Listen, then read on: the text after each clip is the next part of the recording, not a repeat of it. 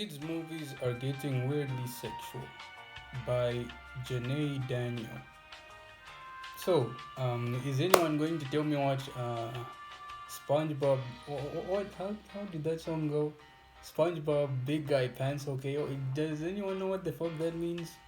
Cause I've been seeing that stuff rampant on social media, and I'm like, what the fuck does that even mean? Like, I've seen the song, I've heard it, and it's terrible. Like, fuck. Like, seriously, what does that mean? So yeah, I don't know. It's weird. Ice Spice is weird. But yeah, let's see this. Y'all just went to watch that new SpongeBob movie. What's up with y'all and all this? Have y'all seen the advertisements? Have y'all seen what is in that film? It's inappropriate. Social media is in a frenzy after Ice Spice went to the new SpongeBob movie premiere wearing this outfit. Like, do we not remember this? They have put adult jokes inside of children's movies for years. There's literally nothing wrong with this movie. Just because they put content in kids shows in the past doesn't mean it should continue or that it's right. SpongeBob used to be a silly and harmless show. Yes, it's had its questionable moments, but there was always some type of innocence to it. Now, the new movie has parents and social media collectively concerned and wondering, what in the world is happening to children media today? Dirty. Like, wait, hold on. Like, who the hell told them that Ice Spice is the best person to market a kids movie like SpongeBob? I mean, who told them that? That's like the dumbest thing you could ever do. I mean, have you seen Ice Spice? Ice Spice. She's practically the biggest degenerate of our time or something like that. Ugh.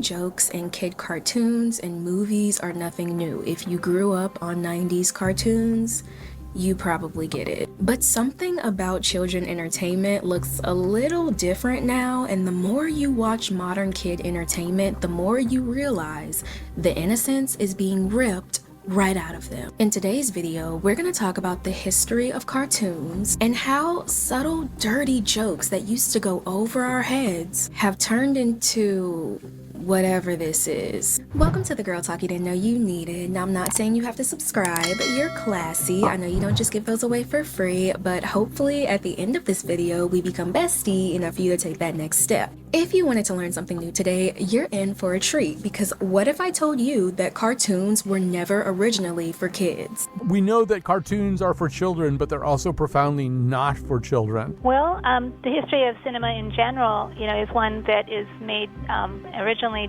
for adult audiences. From the very beginning, there were all kinds of lewd jokes and, I mean, okay, yeah, I think I get that cartoons weren't originally for kids, because, like, bro, if you look at the Looney Tunes or, like, I don't know, the old ass Tom and Jerry, there's a lot of, what can I say, or what do we call it now, simping.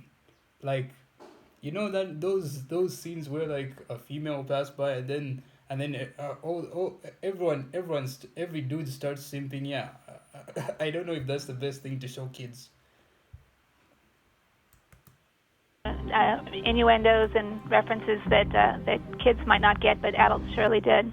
Back in the early 1900s, cartoons were played in theaters late in the evening, so the main audience were adults, unwinding after a long day at work. These cartoons...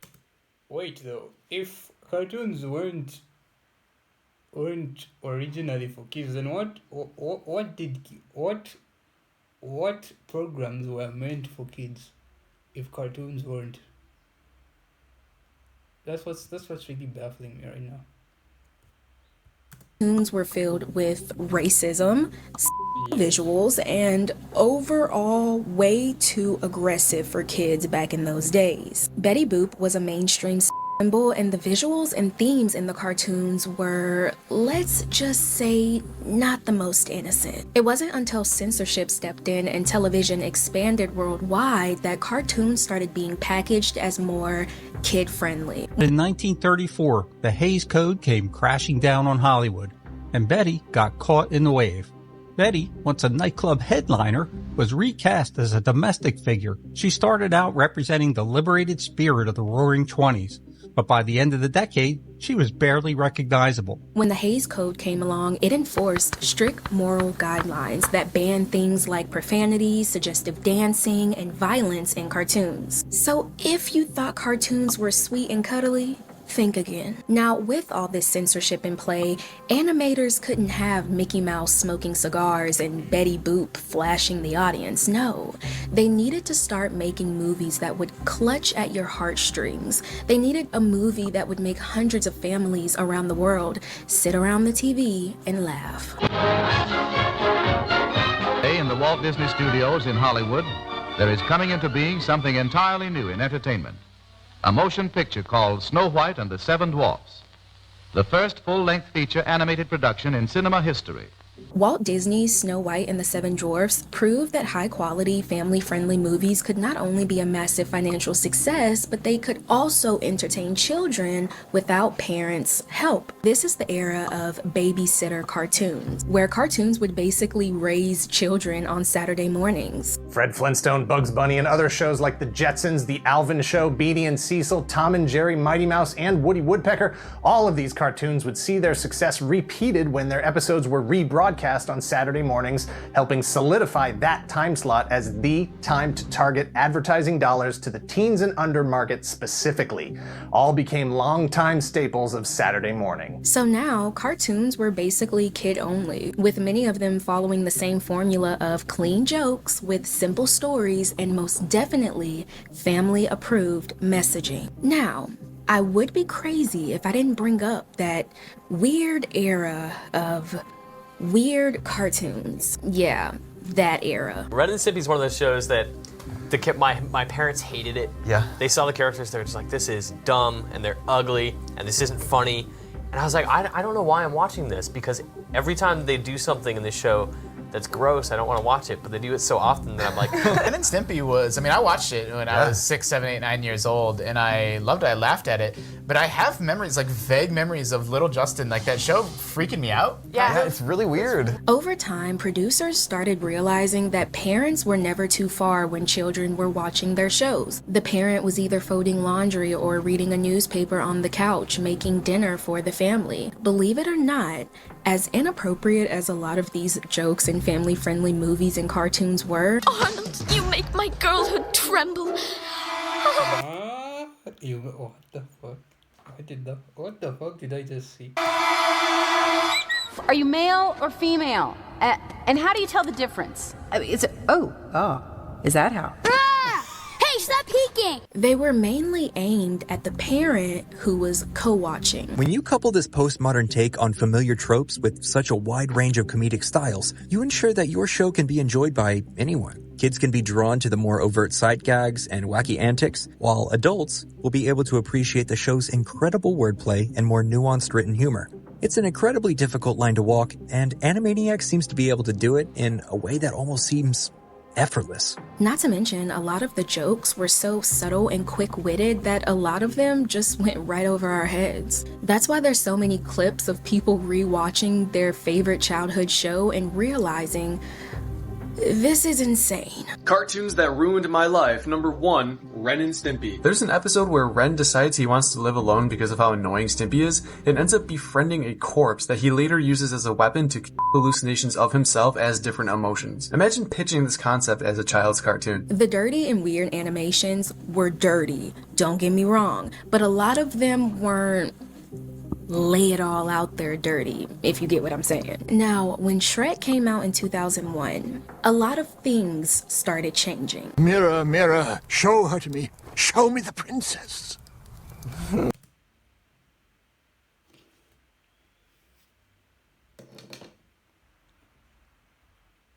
Is it weird that I don't remember this? Oh my god, bro is about to have a fucking goon session. Oh my god. Bro, it's bad when even the mirror is disgusting. Show me the princess. Look at his face.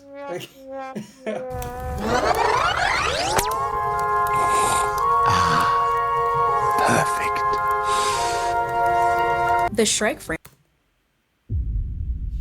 That's weird.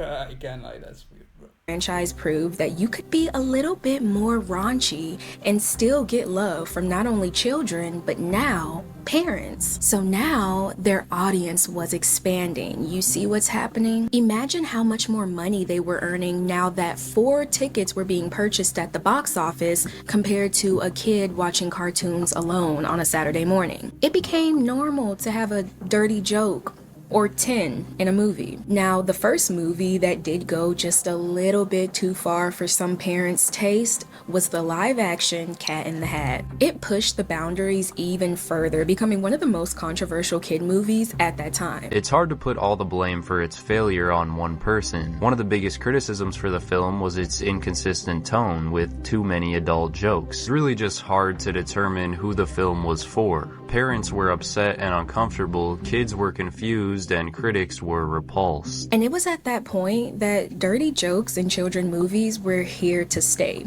even if they made some parents uncomfortable. Today, though, something looks different with children's media, and it's becoming very hard to ignore. The emotionally intelligent and easy to watch programs were switched to more watered down and overstimulating movies that would bring families further apart rather than bring them together. My dad knows Toy Story by heart. My mom has had to watch Spirit, Stallion of the Cimarron, and Cars more times than she would care to recount. But regardless of how old these things got for the adults in my life, because they were on repeat and I was burning out VHSs, they were entertaining enough for them to actually enjoy watching these things with me and spending a little time with me. When kids' content is being so dumbed down and so watered down, it becomes that much easier for a tired parent to put some headphones on the kid, shove a tablet in their hand. So let's paint this picture, okay? We have parents that won't go anywhere near whatever it is the media is calling children's entertainment. And then we have children watching said entertainment that, let's be real, is adding no value to their fucking tung sahur bullshit. I don't know how the fuck my younger brother finds this funny. little developing brains. All they're seeing is violence and...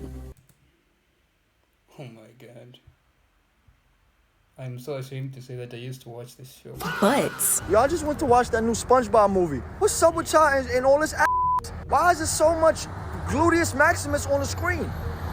Every 5 seconds in that movie, bro, I'm seeing crevices and curves that I didn't know animated characters had. Where's all this coming from? What are we doing? It's very obvious that Hollywood and children entertainment are still pushing these dirty jokes, but something about them looks different today. Instead of them being subtle and quick-witted like we mentioned back in the day, they're provocative. Reach of the day, but I think that the advertisement for the new SpongeBob movie is extremely to the point that it gets extremely uncomfortable. If you felt uncomfortable watching the new SpongeBob movie, there was a hidden visual language that was going on that you didn't know about, and here's the secret. Bro, what the fuck is SpongeBob doing right now? SpongeBob movie, there was a hidden visual language that was going on that you didn't know about, and here's... This is so fucking weird, bro. I mean, what? Why the fuck is he doing this? The secret. SpongeBob is iconic. A lot of us grew up with them. The show has always had jokes for kids and adults. That's not anything new. But this movie hit different. Just so weird. The core theme is SpongeBob is trying to become a big guy. That transition from little kid energy to grown-up energy is normal. We all go through it. The problem isn't the idea, it's how the idea was shown. There are scenes that rely heavily on suggestive physical comedy. Lots of butt jokes everywhere. Not clear wordplay, not character growth, but exaggerated body-based humor that feels closer to Ren and Stimpy than the classic SpongeBob. I understand that dirty and crude jokes, they're not going anywhere. But I'd rather have those little sly jokes. Jokes that kids are not equipped enough to grasp. I'd rather have those instead of seeing Patrick's booty crack. Permission to come aboard, sir! Me too! Only if you put on some pants. Why the hell is this? Why the hell does this look like a fucking G-string? Okay, I don't know. SpongeBob has completely lost the plot. Like, I don't know, bro. This is fucking weird. What the too? Only if you put on some pants.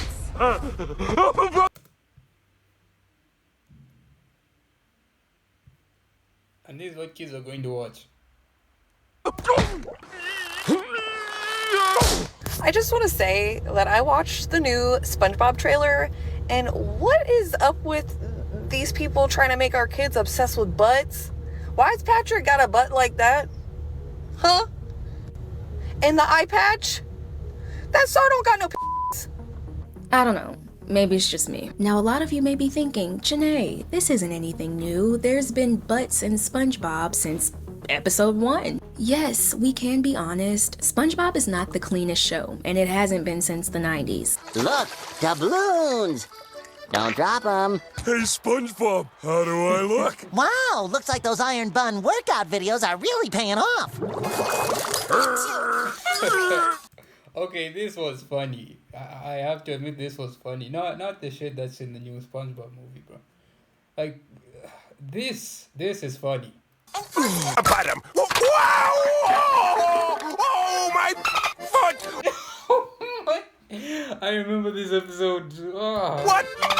No matter how weird it got, and I know it could get weird, there would always be a sliver of innocence. The butt wasn't the majority of the joke, if you get what I'm saying. So for the new SpongeBob movie that just dropped this year, I think people are so disturbed because there's not much that's funny about it, in my opinion. They just... Because even, what was the name of last year's SpongeBob movie? The one about Sandy? Something about Sandy saving something. I can't even remember the name.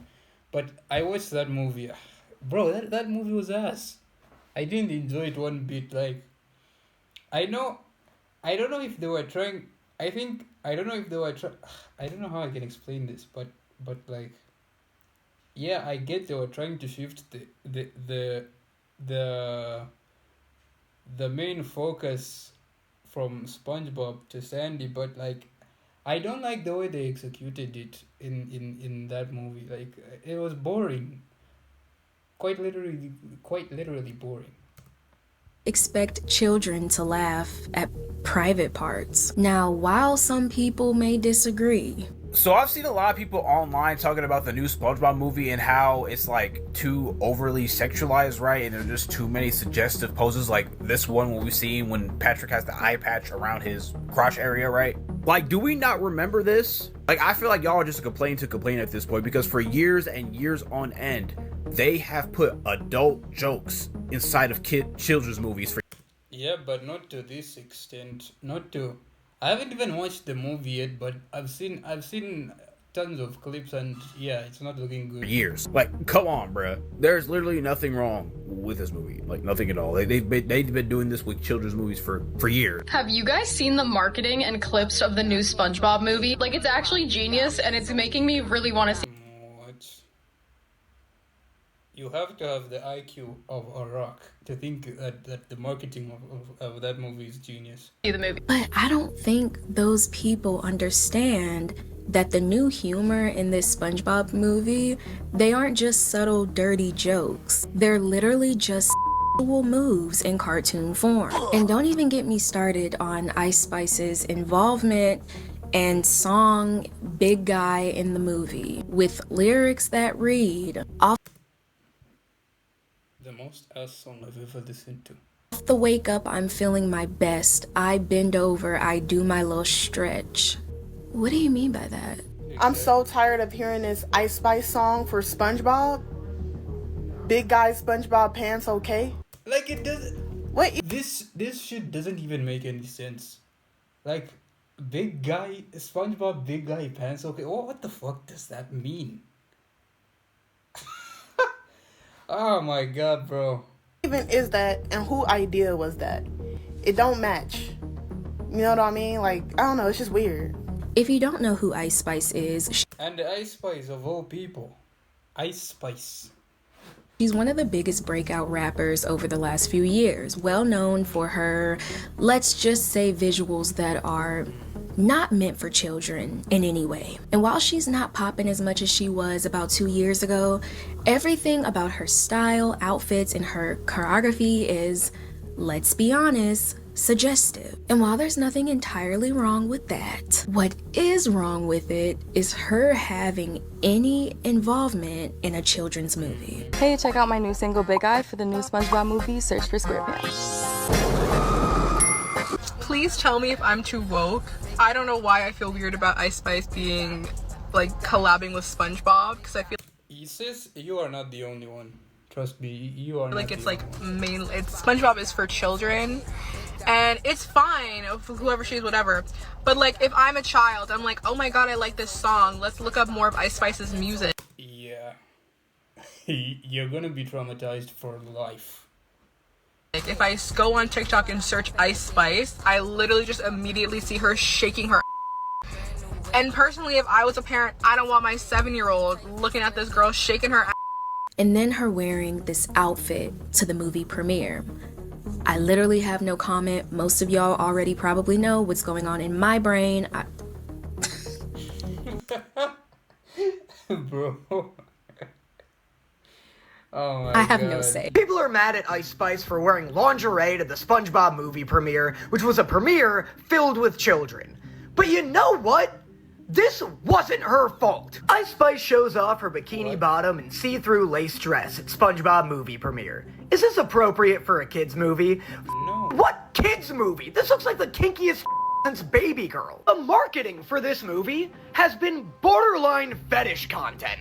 I would not be shocked if she looked at the marketing and was like, oh, this is a rated R parody film. It's bad enough they have an artist that's well known for what she's well known for promoting this movie, but the advertising is insane too. Whoever is the creative director at Nickelodeon, come to the front. I would like to have a word with you. Cause why is SpongeBob on a billboard with his kosher dill pickle gift wrap and nothing but some socks on? The fact that they target kids with adult themes and adult like propaganda is kind of crazy, and we just sit back, don't say nothing about it. Ooh, it's cool. SpongeBob always been kind of off. You get what I'm saying? But he ain't never been this freaked out. Is this not provocative? Is this not completely inappropriate? Why is the bow right there? Why is he biting his lip? I truly believe the main reason we're seeing programs and platforms like Nickelodeon push this is because it's literally what children watch today. I would never let my kids watch this shit. I'm just being honest. Pregnant superheroes, Mickey Mouse in a pool of blood, Peppa Pig drinking bleach. Those are just some of the troubling videos that slipped through the filters and made their way onto YouTube's Kids app.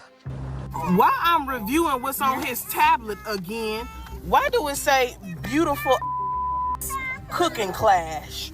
What is you watching? Is that why you want your tablet back so bad? You've been watching beautiful. Look at these booty cheeks. Why is the booty cheek so plump right here? Why is your thing booty oriented?